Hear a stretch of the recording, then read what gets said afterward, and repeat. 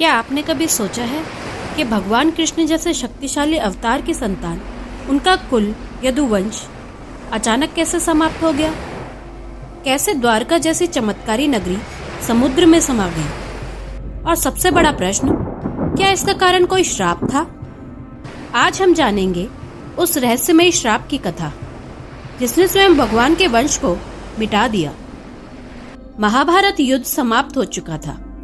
पांडव विजयी हुए थे, लेकिन इस विजय में अपनों का संहार शामिल था।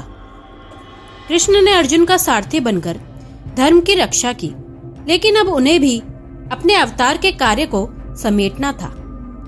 द्वारका में शांति थी, लेकिन भीतर ही भीतर एक विनाश बीज बन चुका था।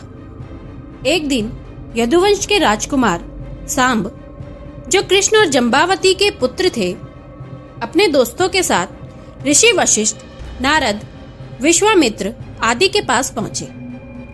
शरारत में उन्होंने सांब को स्त्री वेश में सजाया और ऋषियों से पूछा, हे महात्मा, बताइए यह स्त्री क्या पुत्र को जन्म देगी या पुत्री को? ऋषि इस अपमान से क्रोधित हो गए।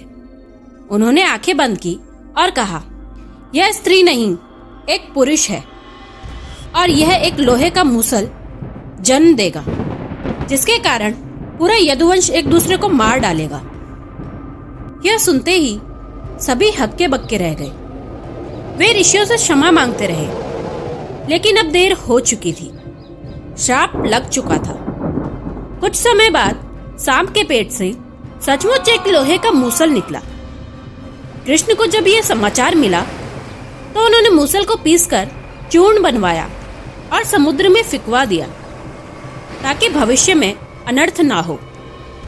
लेकिन एक नुकीला टुकड़ा नहीं पिस सका।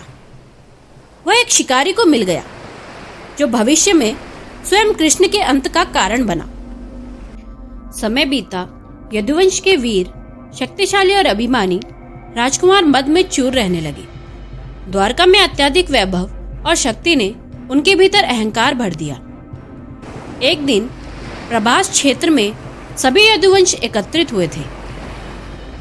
मदिरा पी गई, बातें तानों में बदलने लगी, ताने विवाद में और फिर हिंसा में बदल गई।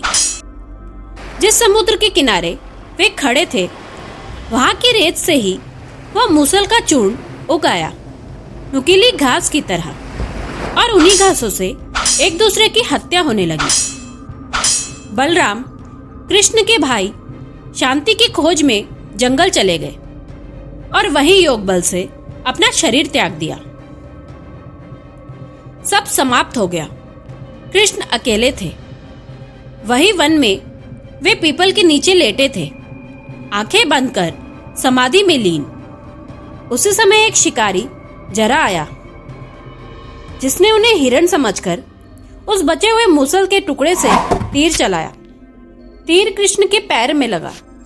कृष्ण मुस्कुराए, क्योंकि यह वही तीर था, वही टुकड़ा था जो कभी ऋषियों के श्राप का अवशेष था। प्रारब्ध टल नहीं सकता, कृष्ण ने यही कहा और शांत भाव से शरीर का त्याग किया। कृष्ण के जाते ही द्वारका में प्रलय जैसे हालात बने। समुद्र ने धीरे धीरे पूरी द्वारका नगरी को निगल लिया। सोने से चमकता वह नगर, जो कभी देवताओं जैसे प्रतीत होता था, अब समुद्र की गहराइयों में सो गया। श्राप, भाग्य, अहंकार और प्रारब्ध चारों मिल जाए तो सर्वशक्तिशाली वंश भी मिट सकता है। कृष्ण स्वयं भगवान थे, लेकिन उन्होंने भी अपने कर्मों और समय की मर्यादा को स्वीकार किया। यह कथा हमें सिखाती है, अहंकार का अंत निश्चित है। श्रद्धा और विनय ही धर्म की नींव है। कोई कितना भी शक्तिशाली हो, लेकिन समय और श्राप के आगे झुकना ही पड़ता है।